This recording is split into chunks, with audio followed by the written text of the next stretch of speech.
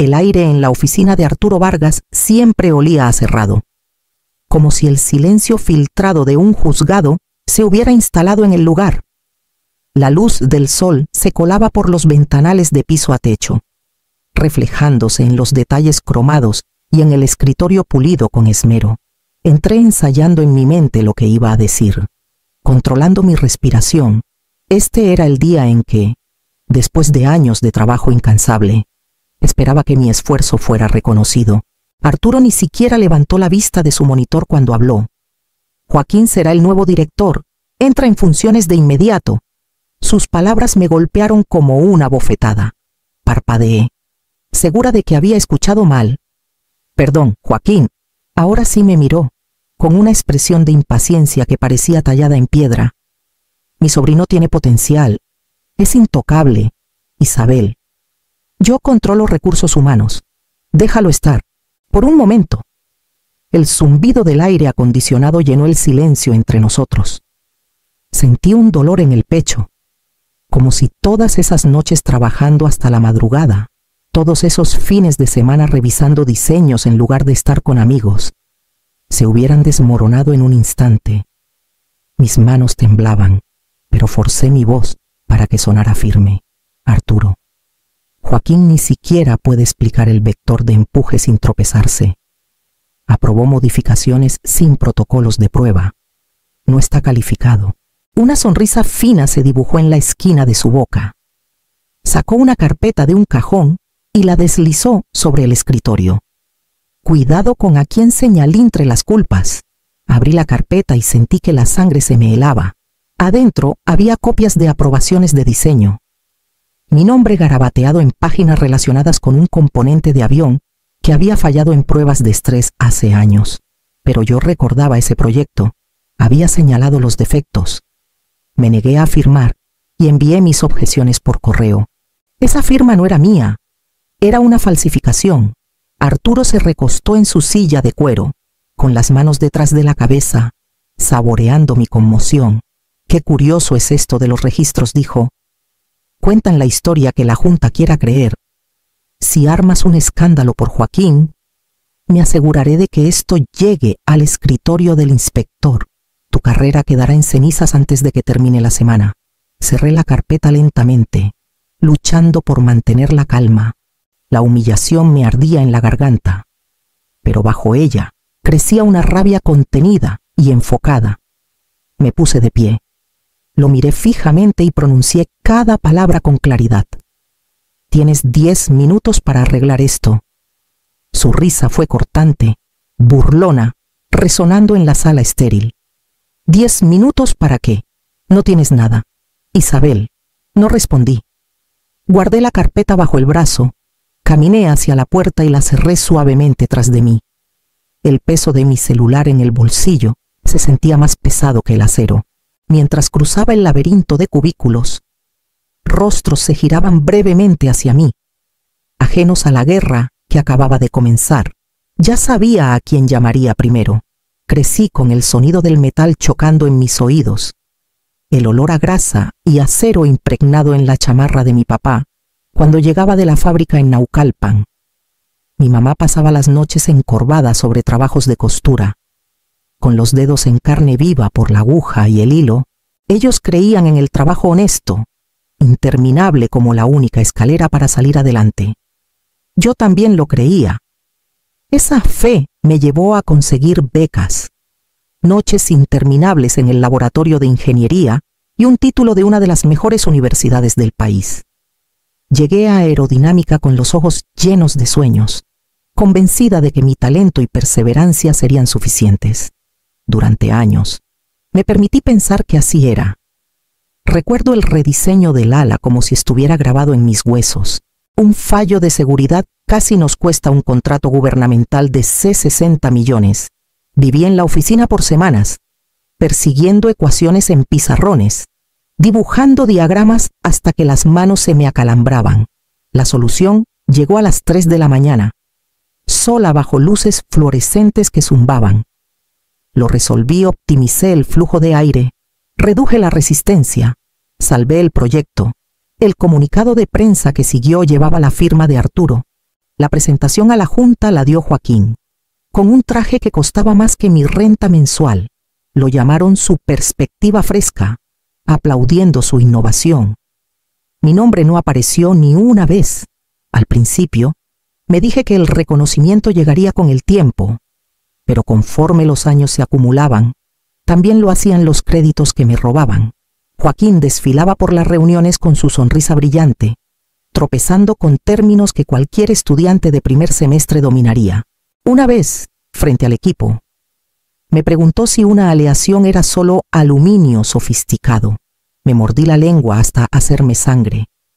Intenté los canales oficiales. Recursos Humanos me escuchó con cortesía, ofreciendo sonrisas tensas y recordándome la importancia de la cohesión del equipo. Esteban Rojas, el director que me había guiado desde el primer día, suspiró profundamente cuando insistí. Elige tus batallas, Isabel. Algunas peleas solo te queman. Sus palabras se sintieron como una traición disfrazada de bondad. Cada noche, regresaba a mi pequeño departamento con vista al lago de Chapultepec, sus aguas tranquilas contrastando con la tormenta que llevaba dentro. Mi gato, Canela, se acurrucaba contra mis piernas mientras hojeaba cuadernos llenos de bocetos, ecuaciones y prototipos, innovaciones que nunca llevaron mi nombre. El silencio en esas páginas reflejaba el silencio que había aceptado en la oficina. Pero el silencio solo perpetúa la injusticia. Y sentada allí, con la pluma apretada contra el papel, me di cuenta de que había pasado 5 años esperando puertas que nunca se abrirían. Si quería cambio, tendría que encontrar una puerta lo bastante poderosa para derribarlas todas. La semana después del ultimátum de Arturo, hice un último intento por derribar el muro que se cerraba sobre mí. Entré a Recursos Humanos con mi carpeta llena de datos, preocupaciones de seguridad y credenciales. Prilla, la gerente, apenas miró las páginas antes de cruzar las manos sobre el escritorio. Su voz era calma, ensayada. Isabel, agradecemos tu dedicación, pero este tipo de acusaciones dañan la moral. Necesitamos que seas parte del equipo. Me incliné hacia adelante, obligándola a mirarme. Ser parte del equipo no significa ignorar negligencias. ¿Has visto las aprobaciones de Joaquín? Algunas podrían poner vidas en riesgo. Su expresión vaciló por un segundo. Luego se endureció. El comité ya revisó su expediente. Esta discusión está cerrada. Al salir de esa oficina, sentí de nuevo el peso que me aplastaba. Pasé por la oficina de Esteban, esperando que esta vez me respaldara, pero solo negó con la cabeza. Sus hombros parecían hundidos por años de compromisos. No entiendes el costo de seguir adelante, murmuró. Arturo lleva décadas aquí. Si lo enfrentas, no solo perderás este trabajo, te pondrán en la lista negra de todos los contratistas de la industria. Prefiero estar desempleada que ser cómplice, respondí cortante. Esteban apartó la mirada, avergonzado, pero no cambió de postura. Me fui antes de que mi enojo se convirtiera en palabras que no podría retractarme. Esa noche, me quedé hasta tarde en la oficina, recogiendo mis cosas. Al pasar por el pasillo cerca de la sala de descanso, escuché una voz, la de Marisol, baja, pero apresurada. Marisol, la colega en quien confiaba desde hace años, la que cubrió mis turnos cuando mi mamá estuvo enferma. Sí, Arturo. Hoy fue a Recursos Humanos otra vez. No se dio. Te mantendré al tanto. Me quedé helada, el estómago en el suelo. La traición dolía más que el rechazo mismo. No la confronté. Simplemente seguí caminando, cada paso resonando como un clavo sellando un ataúd. Cuando llegué al estacionamiento, las luces fluorescentes zumbaban, proyectando sombras largas sobre el concreto. Me apoyé en el cofre frío de mi coche, mi aliento empañando el aire nocturno. Mis manos temblaban, no de miedo, sino de la claridad de una decisión. Saqué mi celular y busqué su nombre: Sofía Torres. Habíamos sido compañeras de cuarto en la universidad, compartiendo rentas y pizzas de medianoche, soñando con cambiar el mundo a nuestra manera. Ahora ella era la inspectora principal de seguridad de la Autoridad Aeronáutica. Durante años juré no mezclar amistad con trabajo. Esa noche, ese juramento me parecía ingenuo. Presioné el botón de llamada, el tono resonando en el estacionamiento, sabiendo que esa decisión redibujaría cada línea de mi futuro. La línea apenas sonó una vez antes de que la voz familiar de Sofía llenara mi oído. Isabel, ¿cuánto tiempo? ¿Qué pasa? No me detuve en cortesías. Las palabras salieron en un torrente, cargadas de años de frustración contenida. Le conté todo las aprobaciones automáticas de Joaquín, los atajos en componentes críticos, las credenciales falsas que nadie verificó. Mientras hablaba, el calor en su tono se transformó en la precisión cortante de una profesional en alerta máxima. ¿Me estás diciendo que los proyectos principales de aerodinámica tienen modificaciones sin probar en producción?, preguntó. Sí. Y Joaquín Vargas es quien las autoriza. Ni siquiera entiende lo básico. Hubo un silencio, seguido del sonido de un teclado. Isabel, esto ya no es un asunto interno. Esto es supervisión federal. Tendré que abrir una revisión de emergencia. Sus palabras me estremecieron. Era exactamente lo que quería. Y aún así, sabía qué tipo de incendio acababa de encender. Para la mañana, Aerodinámica estaría bajo un reflector del que no podría escapar. Horas después, seguía despierta cuando mi celular vibró. El nombre de Alejandra Guzmán iluminó la pantalla. La presidenta de la Junta de Aerodinámica no hacía llamadas casuales a medianoche. Contesté. Señorita Morales, la voz de Alejandra era tensa, casi temblorosa. Acabo de recibir una llamada de la Autoridad Aeronáutica. Exigen una sesión de emergencia a las 9 de la mañana. ¿Entiendes las implicaciones? Contratos, valor de las acciones, certificaciones. Todo está en riesgo. Hizo una pausa. Luego preguntó lo que esperaba. ¿Qué se necesita para detener esto? Dejé que el silencio se extendiera lo suficiente para que entendiera que ya no estaba desesperada. Escucharán mis condiciones por la mañana, dije, y colgué. Minutos después, la voz de Arturo llenó mi buzón de voz. Mensaje tras mensaje. ¿Crees que puedes vencerme? Te enterraré en demandas.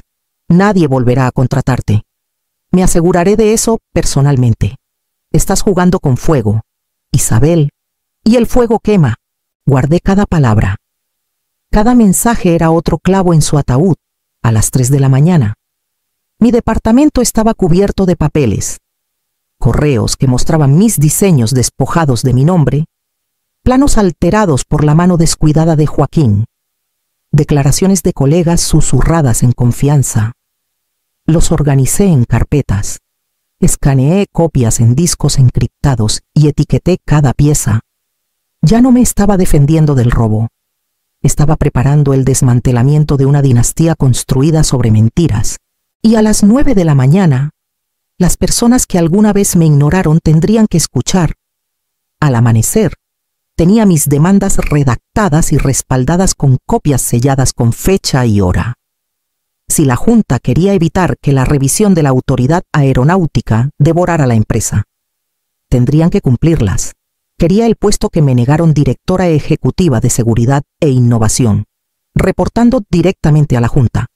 Quería autoridad para formar mi propio equipo, libre del alcance de Arturo. Y quería que Arturo y Joaquín fueran excluidos permanentemente de influir en los diseños. Antes de enviar el correo, miré las carpetas esparcidas sobre mi mesa, cada aprobación falsificada, cada amenaza en el buzón de voz. Esto ya no era solo por mí. Era por los pasajeros que algún día confiarían sus vidas en nuestros aviones. Presioné enviar, con copias a la Autoridad Aeronáutica y al servidor en la nube de mi abogado. Por primera vez. Arturo no sería el único con ventaja. Estaba acomodándome en el sofá cuando sonó el timbre. Esteban Rojas estaba en mi puerta, con la apariencia de quien cargaba una noche sin dormir. Lo dejé pasar, sin saber por qué había venido. Sus ojos se posaron en las pruebas que cubrían mi sala, luego en mí. Isabel dijo en voz baja, «Hay algo que debes saber». Me habló de un escándalo oculto 2 años atrás. El cuñado de Arturo, colocado en compras. Había aprobado materiales de baja calidad. Un técnico casi muere en las pruebas. El informe desapareció. La Junta nunca lo supo. Arturo lo enterró. Y Esteban guardó silencio. Sentí un vuelco en el estómago. Siempre lo sentí como favoritismo, como política. Pero esto era peor. Arturo había jugado con vidas humanas y otros habían cargado con el silencio. El rostro de Esteban estaba marcado por la culpa. Debí detenerlo. No lo hice. Tenía miedo de perder todo lo que había construido, pero ya no puedo callar. Mañana testificaré. La Junta debe saberlo de mí. Por primera vez lo vi despojarse de la armadura del compromiso. Ya no era solo mi viejo mentor. Era un hombre que al fin elegía estar del lado correcto. Miré los papeles esparcidos sobre la mesa, el peso de todo lo que había acumulado. El sol apenas despuntaba en el horizonte cuando entré al salón de juntas en el último piso de aerodinámica. Los muros de cristal brillaban con la luz de la mañana, pero el ambiente era pesado, frágil. Arturo estaba frente a mí, pálido pero desafiante, sus dedos tamborileando en la mesa pulida. Alejandra Guzmán, serena y directa, dio inicio a la reunión. La Junta ha revisado las exigencias de la autoridad aeronáutica y las pruebas presentadas, dijo. A partir de este momento, Arturo Vargas renuncia. La promoción de Joaquín Vargas queda anulada. Por un instante, el silencio llenó la sala. Mi pecho se tensó, no por alivio, sino por el peso de lo que vendría después. Desplegué la hoja que traía conmigo, mis condiciones. Esteban Rojas se queda hasta su retiro. Su testimonio ha probado su integridad y su experiencia es vital. Segundo, una auditoría independiente de todas las contrataciones que Arturo hizo en los últimos 3 años.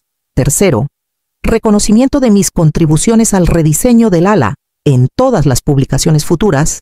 Y finalmente, revisión y compensación para los empleados ignorados por el nepotismo.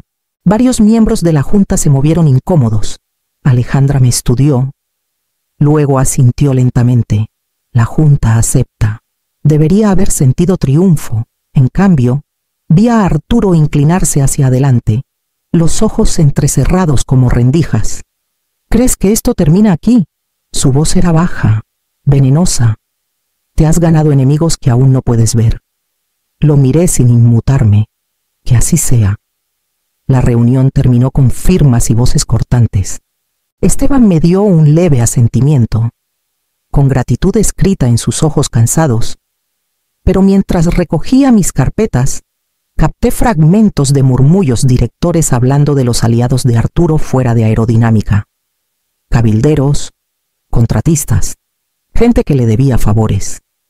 Al salir de esa jaula de cristal, supe que no era el capítulo final. Arturo había perdido a la Junta, pero hombres como él no entregan el poder fácilmente.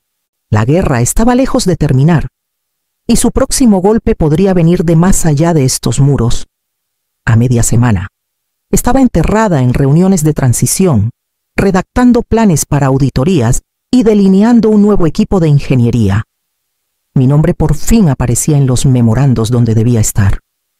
Pero cada vistazo a mi bandeja de entrada traía una chispa de inquietud. Esa tarde, Diego Salazar de Orion Aeroespacial pidió una reunión. Llegó con un portafolio impecable y una sonrisa pulida para negociar. Isabel dijo con calidez: en Orion hemos seguido tu carrera. Sabemos lo que has hecho por aerodinámica, aunque otros fingieran no verlo. Queremos que lideres la ingeniería aquí, el doble de tu salario actual, un equipo de tu elección, autonomía total, sin politiqueos, sin cargas. La oferta era tentadora, demasiado tentadora. Sus palabras dibujaban una ruta de escape del desastre en el que estaba. Una forma de empezar de cero sin los fantasmas de Arturo Vargas rondándome. Prometí considerarlo. Pero su entusiasmo dejó un residuo de sospecha. Esa noche, al entrar al estacionamiento, el zumbido de las luces fluorescentes se mezclaba con el eco de mis pasos. Una figura emergió de detrás de un pilar de concreto Joaquín. Atrás quedó el traje a medida y la arrogancia fácil. Sus hombros estaban encorvados. Su voz apenas un susurro. «Necesito hablar contigo», dijo, mirando a su alrededor como si esperara que las sombras respondieran. Mantuve mi distancia. «¿Por qué debería escucharte? Porque no sabes lo que mi tío está planeando». Sacó su celular y tocó la pantalla. La voz de Arturo llenó el aire, filosa y furiosa. «Si acepta la oferta de Orion, soltamos el paquete. Diseños robados, fechas falsificadas. No durará ni un mes ahí. Si la rechaza, Felipe y Jaime me apoyarán en un voto de no confianza. De cualquier modo, está acabada». Mi estómago se apretó. Era una trampa elegante en su crueldad, 2 puertas, ambas diseñadas para derrumbarse. La mano de Joaquín temblaba mientras sostenía el celular. No quería esto. Me empujaron a un puesto que no podía llenar, y ahora me ahogo en sus planes. ¿Crees que no sé que nunca estuve calificado? Mi campo era mercadotecnia, no aeroespacial. Intenté decírselo, pero no escuchó. Por primera vez, no vi al sobrino presumido, sino a un joven atrapado en una jaula construida por la lealtad familiar. Su voz se quebró al añadir: «No quiero seguir siendo su peón. Usa esto. Termina con esto». Guardé el celular en mi bolsa, la grabación quemando como brasa contra mi costado. Joaquín se alejó, los hombros hundidos bajo un peso más grande que el mío, y yo sabía exactamente cómo usaría su confesión. La sesión de emergencia se convocó antes del amanecer. El salón de juntas envuelto en una tensión tan afilada que podía cortar vidrio. Arturo estaba frente a mí, su rostro una máscara de calma forzada, aunque sus ojos traicionaban un brillo frenético. No perdió tiempo. «Colegas», comenzó con suavidad. «Lo que han oído sobre violaciones de seguridad está exagerado, fabricado por alguien amargado por una promoción perdida. Isabel está creando una crisis para pintarse como salvadora». Sus palabras provocaron murmullos, pero yo estaba lista. Abrí mi laptop, di play, y la voz de Joaquín llenó la sala. «Arturo, planeando destruirme con la trampa de Orion, nombrando a sus aliados». Jadeos recorrieron la mesa. No me detuve ahí. Reproduje los mensajes de voz de Arturo, amenazas de demandas, listas negras, incluso consecuencias personales.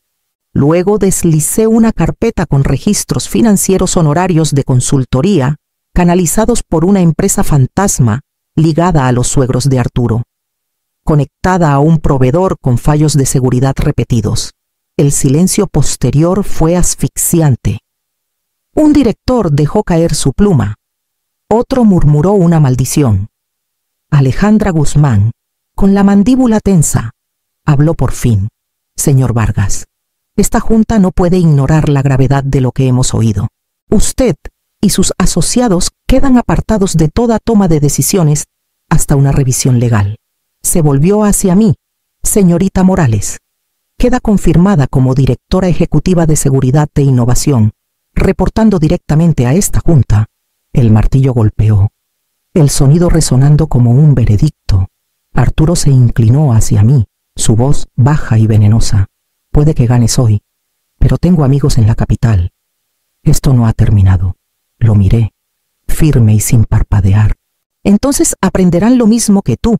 10 minutos pueden cambiarlo todo». Recogí mis archivos mientras Alejandra declaraba la reunión terminada, pero aún sentía la mirada de Arturo clavada en mi espalda. Un recordatorio de que las batallas no siempre terminan cuando cae el martillo. 6 meses después, el aire en aerodinámica se sentía diferente. Donde antes había susurros y puertas cerradas, ahora había risas en los pasillos, equipos colaborando sin temor a que un pariente irrumpiera a reclamar su trabajo.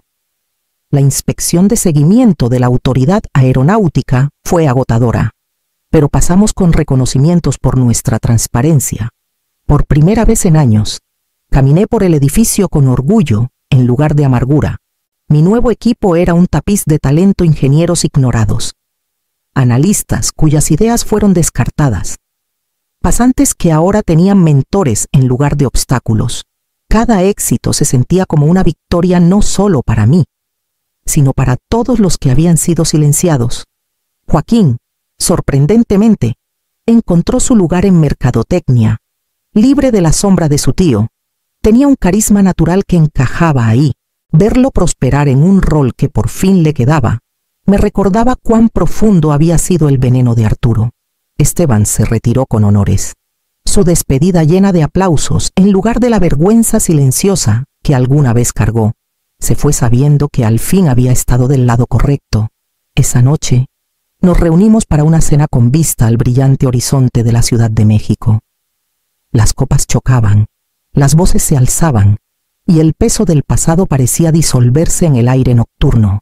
Sofía levantó su copa hacia mí, con una sonrisa cálida y feroz. Demostraste que la ética no es solo moralidad, es buen negocio. Sentí un nudo en la garganta, no por orgullo, sino por el recuerdo de lo lejos que había llegado, desde noches sola con planos que nadie leería, hasta amenazas que intentaron silenciarme. Hasta este momento en que la verdad reconstruyó una empresa, dejé mi copa en la mesa. Miré las luces reflejándose en el lago de Chapultepec y dejé que las palabras se asentaran en mí antes de decirlas en voz alta. Me dijeron que conociera mi lugar. Lo hice, al frente de la mesa,